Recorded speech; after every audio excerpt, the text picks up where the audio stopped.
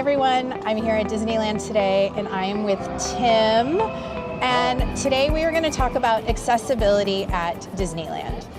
Tim, thanks so much for joining me. I'm so happy to meet you, and I'm so happy to talk about this because I think it's such an important topic. Yeah, it is, yeah. So why don't we start off with, why don't you tell me a little bit about yourself? And you have an Instagram account, like all the stuff.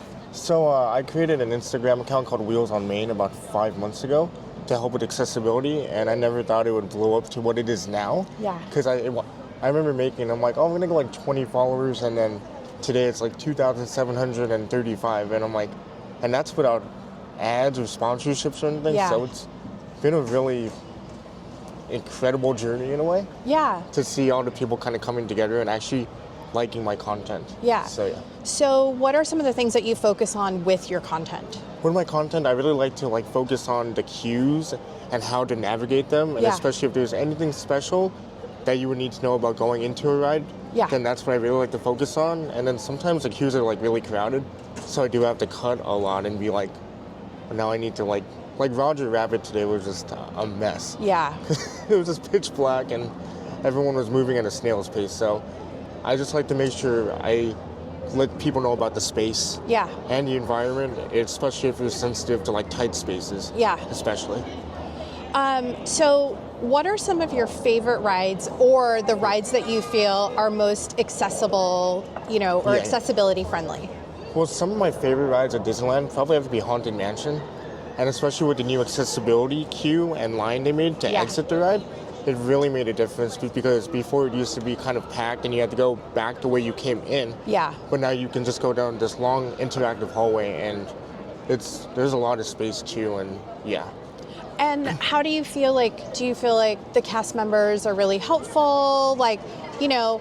Do you feel comfortable asking? Is there anything that kind of is maybe hard to navigate in getting into certain queues? I think most of the cast members all the time are pretty good at making sure you're all comfortable and good to go. Mm-hmm. I know Haunted Mansion, at the end of that accessibility exit, there's no one there to help you. Oh, okay. So if you're by yourself, it is kind of a work to open the door to New Orleans by yourself. Yeah. So I would just say, if they can have a cast member follow you to that area, then they can help you out. Because if I didn't have my friends, then I would have been trying to open it by myself and wheel myself and open a mess. So yeah. So how long, I know this is kind of backtracking a little bit, how long have you been coming to Disneyland? Are you a local? Do you visit a lot? I've been coming to Disneyland since I was about 4 years old. I think the earliest memory I can think of was about 4 years old, and I used to only go twice to once a year. Yeah. As I got older, but then I got my pass after college, and I still only went a couple times a year. But now that I'm creating content, we go 4 times a month at night. And so yeah, but I live about 30 minutes away from here, so the commute isn't terrible, but I mean, LA traffic is just... Yeah, I mean, it's unpredictable. Honestly, Yeah, but it also shows that you're really familiar with Disneyland, you're familiar with the rides and the spaces, and, you know how to kind of navigate. Yeah. Thankfully, so. Yeah. Do you have any tips for navigating the parks in a wheelchair or, some sort of mobility device? I would say, especially when it gets busy, always try to find an opening, especially in the stores on Main Street. Yeah. If you need more space, because sometimes when it gets really crowded, people will walk over me, and I'm in my device, and people will just put their legs over my knees and be like, excuse me. And so, if anyone is sensitive to those kinds of things, I would really say find an open spot and also wait for an opening, because you don't want to rush and then get bombarded, because we want to push sometimes on Main Street, and especially with the fireworks or the parades, don't leave when everyone is leaving. Yeah. Because people think it's oh, the buses are going to come. But no, we tried to leave once with the fireworks, and I think we got stuck in the crowd for about 20 minutes. Yeah. So, yeah. I mean, I think that's kind of a rule for a lot of people. Yeah. Fireworks are busy at Disneyland. Yeah. They start at 9:30, but people start lining up and waiting in almost the 7 o'clock hour. Yeah. And if you're looking to get a good spot, it's really important to try to plan ahead, find your spot. And if you need some more time and extra space, it's also really good to just, plan ahead. Yeah. If you're hungry, mobile order some food, find a space to sit. And then also in leaving, wait until some of the crowd kind of thins out before you start. Because it is pretty difficult especially when you're solo by yourself. You do need to make sure that you have all those things ready to go, just in case anything goes wrong. Because, I mean, it's an amusement park, so anything can happen.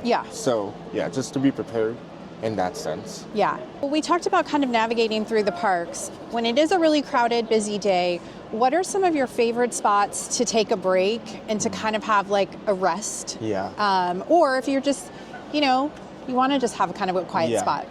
Well, I would say some of my favorite places to rest have to be the Grand Californian. By the fireplace, especially when it's cold. Those rocking chairs really make a difference. And you can park your mobility device right outside there so you can have space and even make a space for your device as well. I'd also say probably, there's so many, but I want to like pinpoint the good ones. Maybe Tomorrowland is a nice place as well because there's a lot of space, so you're able to kind of just like repurpose what you're wanting to do and kind of like get your footing back. So, and also Toontown and those little spots with the grass, when it's not too crowded, it's actually really nice to just take a nap. And I've done that before, and it's really nice. And Pluto woke us up one time, and he like tapped me on the thing, and I'm like, I don't know where I am. But yeah, those places, and especially the picnic area outside of the gates. Yes, that's a really great spot. Those are really good ones because there's a lot of space, and you're able to kind of just like take a breather and be like, and you can plan what you want to do at California Adventure, what you want to do at Disneyland, and it's that middle, like cow cave that lets you breathe just a little bit. So we're now right near Troubadour in the Fantasyland Theater area, and this space is not being used right now. And we have a really nice spacious table in the corner. And this is a really great spot when there isn't a show in Fantasyland to come and hang out. I would say near the bleacher area in Fantasyland, it is, I would say, a little bit challenging for those in a mobility device. But at this seating area near Troubadour, it's a nice quiet space. And it's a big space. Even if they had tables on the other side, it would be a really good space to just kind of rest and relax. And even with everything going on, it's still quiet. So if you do have family members who need to like relax and just take a breather, this is such a great area to do it in. And there's the arts and crafts area. When there is something going on in Fantasyland Theater, they have a little arts and crafts area. When you're walking towards Toontown, the arts and craft area towards Fantasyland Theater is on your right. And that is a nice open space that, if you were in a mobility device, you can kind of hang out there. And also, people in your party can either sit on the ground or stand around you. And it's really an area that I think kind of people don't know about.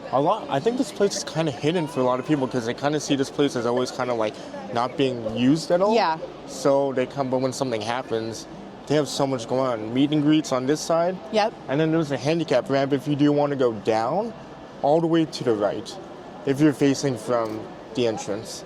And then which was nice during the Christmas event that was here, or anything that you need access to the Fantasyland Theater near the stage area, that accessibility area is good. I know some people have tried going down the aisles, and the cast members say, don't do that, because if you do that, if you lose control, you're not able to stop. Nothing's going to stop. You're just going to fly down the incline.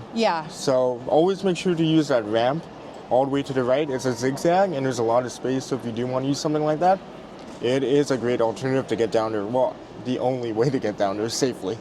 So we talked about Disneyland and we talked about the Grand California being a nice like break spot, but when we talk about accessibility friendly spots, what is a good spot, or where is a good spot in DCA or somewhere that you really like? In DCA, I really say Hollywood Lounge is a great place. They have those couches. If you need to rest, if you want to take a nap and put your feet up, that's a great place to go. Umbrellas to block out the sun if someone's sensitive with their skin. That's also a great place.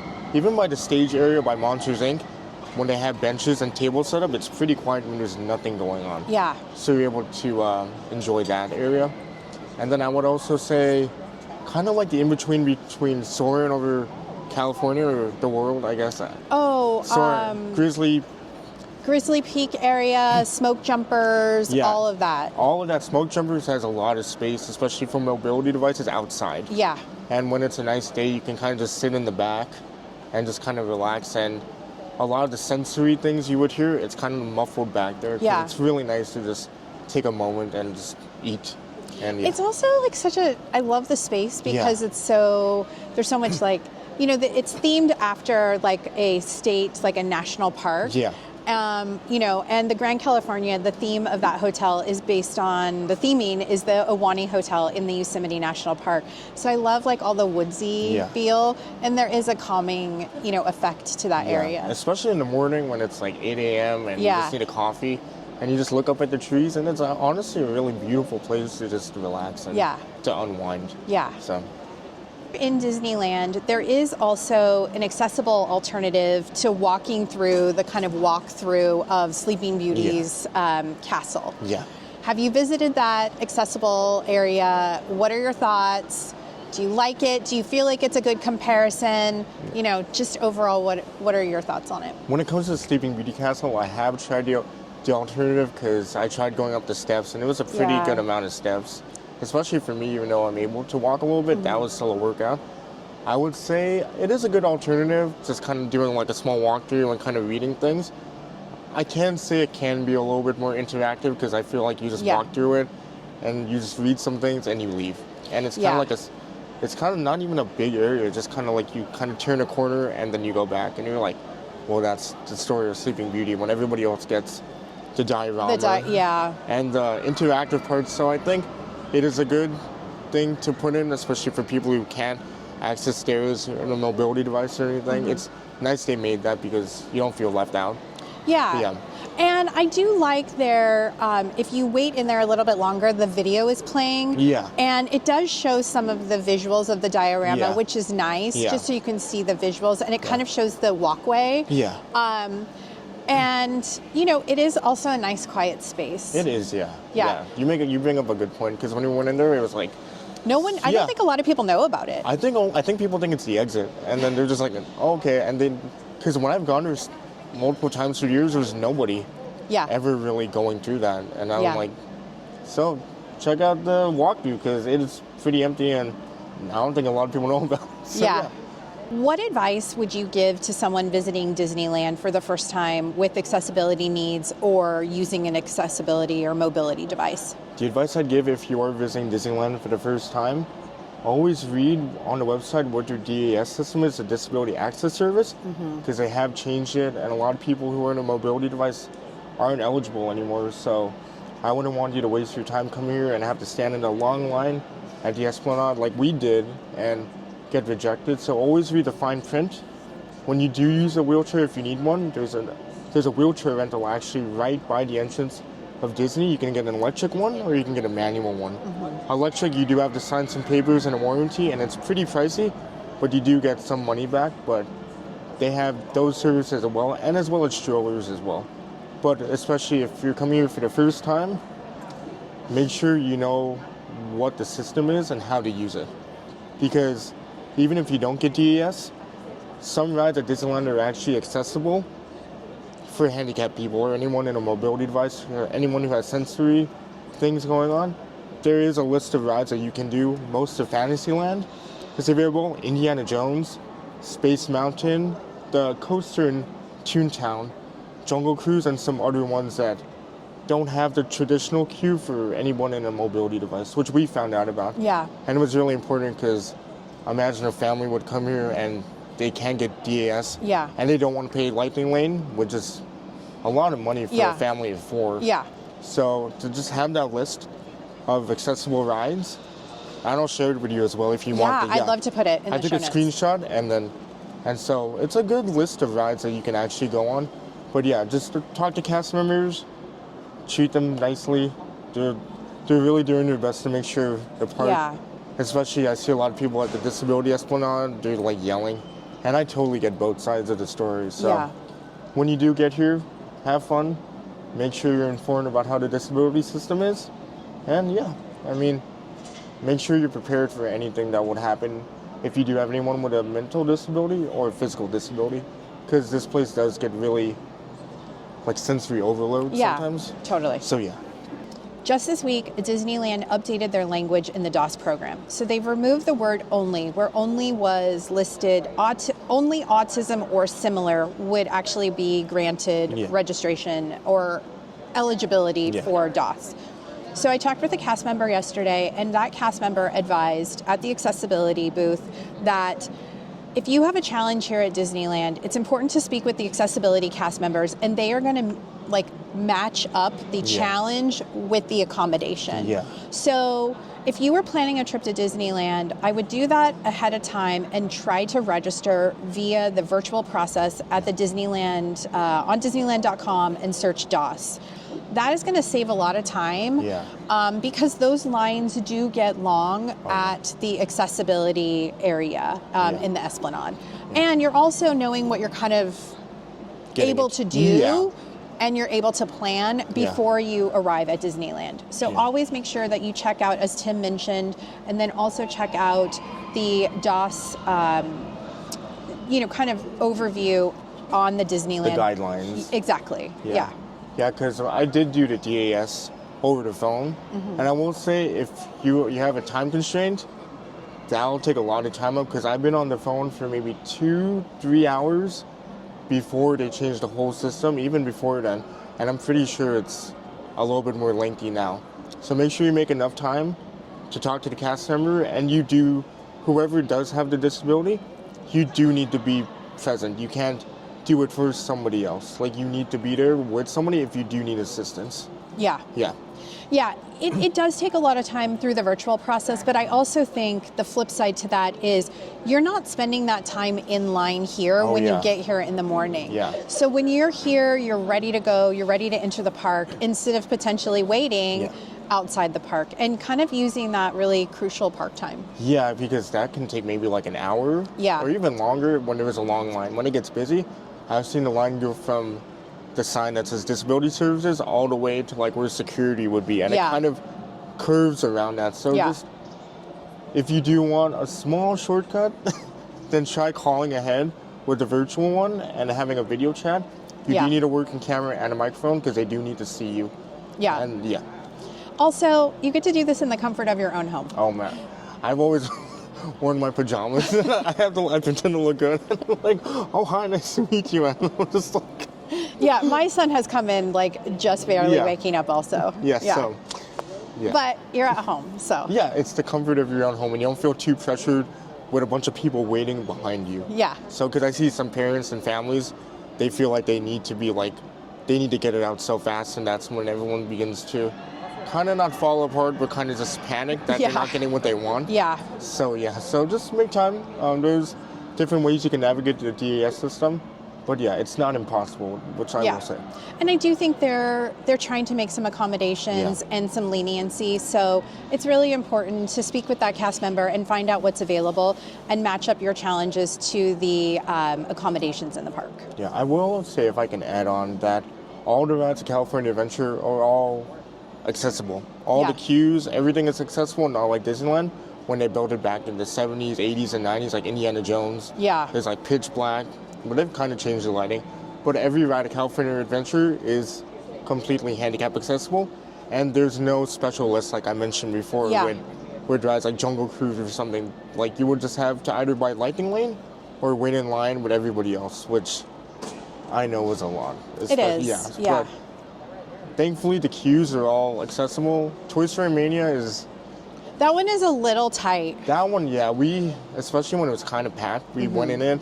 And getting a big wheelchair through, when I used to use just a full wheelchair, you'd really have to be oop, nope, I hit my foot, nope, I did this.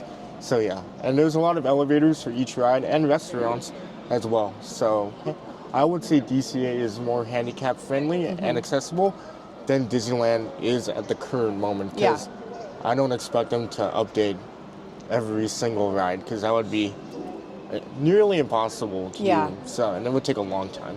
So I just wanted to add that on. No, that's good information. Thank you. Tim, now we're getting to the fun part. So you've been coming since you were 4 years old. So tell me, what are your favorite snacks? What are your favorite things to do at Disneyland? And what are your favorite meals or places to eat? Oh man, that's a loaded question. I know. Like the baked potatoes. we're here. Right there. Yeah. No, I would say some of my favorite snacks would be probably the turkey leg. Okay. Those ones are good. Yeah. As someone who is of Asian descent, we like to bring rice. So that's always a good thing because I'm not going to spend $4 on handcasses for rice. So that's a good one. Churros. I have to tell you, I saw something on a reel, or maybe it was on YouTube, where people brought King's Hawaiian rolls. Oh, I saw that yesterday, Yeah, and they brought the Hawaiian rolls, and they, made their own little turkey sandwiches from the turkey leg. I thought that was so clever. Yeah, that would be like $50 here, like down. I saw the slider price over at Tomorrowland. That thing was hefty. So the sliders at Galactic Grill, they are very tasty. They are a little bit on the expensive side, but it's a Magic Key thing as well. Yes. So.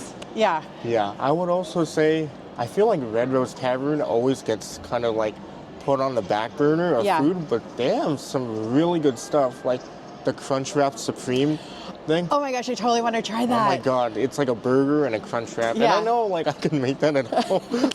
But you're here. No, yeah, I mean I'll pay the money. It's up here already, but I would say churros as well when they have the specialty ones. Yeah. We tried the Viet coffee one for Lunar New Year, and that like was so good.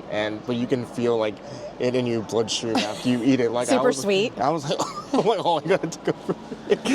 I will say I'm not a big fan of Dole Whips. I feel like Dole Whips are a little bit too sweet nowadays, and I feel like the greatest compliment you can give a snack if you're Asian would be it's not too sweet. And the Dole Whips are on the back burner for me, but a lot of stuff like the macarons, the specialty ones, even the normal ones that they have at the park, are the ones we always go for. I was about to mobile order like 2 of them, but then Jolly Holiday is closed. I know. So So if you come here, Jolly Holiday is closed at this moment in January. So. Yeah. They do have some of the treats that they sell at Jolly Holiday at the refreshment corner, but the real Jolly Holiday, it is closed. And right now, I think we don't know when it's going to reopen. Yeah, I think it's like TBA. Yeah. So just. I think a lot of things are being closed right now at Disneyland in prep for the 70th anniversary, which kicks off on May 16th. So if you're coming to Disneyland or want to come for the 70th, like try to come May, June timeframe. It's going to be a really exciting time. Paint the Night's coming back. Oh my gosh, my favorite. Oh my God. We're going to try to stay on the patio the whole day and just wait. Yeah, what about restaurants? Are there restaurants that you really like, that you feel are more accessibly friendly? Like, I would say Plaza Inn, where they have the fried chicken. Can't go wrong with the fried chicken. Oh my God, especially when you get like the buffet. It's like, No, that one's good, accessible wise. I would also say that Lamplight Lounge. Lamplight is a good accessible restaurant to go to. They have an elevator, so if you do get an actual reservation, you can go down in that elevator. Even if you do walk up, they do have an accessible area where they'll move the chairs and they'll make the table accommodating. And even counters where you can eat where you don't need to have a chair to actually sit in physically. You can use your own mobility device. Yeah. So that one is a good one. I would also say, I think in general, like Magic Key Terrace. Yeah. That is a great place to relax and rest. And they do have an elevator as well. So anybody with a Magic Key can actually reserve that restaurant with any number of people. And you can stay there all day if you want. There's no time limit, which I think that's the best. And especially when they have parades. Oh, and you can just like look at that. But yeah, I mean, those ones are good. I think those would be my top ones to go to. Tim, I don't want to keep you too much longer. I so appreciate your time. Thank you so much. Yes. Any final thoughts that you'd like to share about Disneyland, DCA, and accessibility? I would just say, I know it's stressful having the DAS system change and everyone's so confused. But at the same time, if you're here, make the most of it, especially with your family and friends. Even if you're solo, you can find things to do as well. It's not the end of the world that they're changing all these systems. They are still accessible, and they do have different things you can work on. They can work on, and then as well. Yeah, accommodation-wise, But everyone's doing their best. Be kind to cast members, because they're doing their job. They're not the ones that enact and everything, and I've seen them getting yelled at nonstop. So just be kind, be patient. As well, if you do have a wheelchair or any kind of mobility device, make sure not to hit anybody's shins. Oh. Because that happens a lot, especially when it's crowded. It's crowded, yeah. Yeah, and then if people get mad if you accidentally do that, honestly, just let it roll off your back. You know, I've seen people get really angry, and I'm like, just walk away. You're not doing it intentionally. Yeah, I'm not being like, oh, let me like move out of my way. So, just when it comes to accessibility and DCA and Disneyland, I would just say, enjoy your time here. You know, there's so much to do. It's possible. It is really possible. I mean, rides are just one part of the whole experience. Like, bring a board game, get a book, bring your Nintendo Switch, which we did today, and we're all gonna play later today. But yeah, on a more serious note, I know having a disability at Disney can be a headache, or any theme park, especially with everything changing. But they will accommodate you. They'll do their best, and I just hope you guys have fun next time you come here. So yeah. Thank you so much. Where can people find you, Tim? So I'm on Instagram, wheels_on_Maine. I kind of thought about that name because it's like my wheelchair on the tracks. Yeah. And then getting stuck, which have happened a lot. Yeah. But Instagram Wheels on Maine is my main account. I don't have any TikTok or anything right now, so people have been trying to convince me to get it. But I'm like, I don't know. I feel like Instagram is a good community. Yeah. So if you want to follow me, please follow along. And I have accessibility videos, trivia videos, outdated trivia, which has been a lot of fun to do. And just random adventures sometimes, but mainly accessibility. Especially if you've never been here, it can be really overwhelming if you don't know what you're getting into. So my page is to help anybody out, even if it's just one person, to make sure they're able to navigate the park in a safe, easy, and fun way. So yeah, Wheels_on_Maine at Instagram. So. Tim, thank you so much. It was so great to meet you. So good to meet you, Kim. Yes, Thank you. I'm really excited to share all this information because it's so important. And I'm looking forward to seeing what else you do on Instagram. Thank you so much, Kim. Yes. Bye from Disneyland. Bye.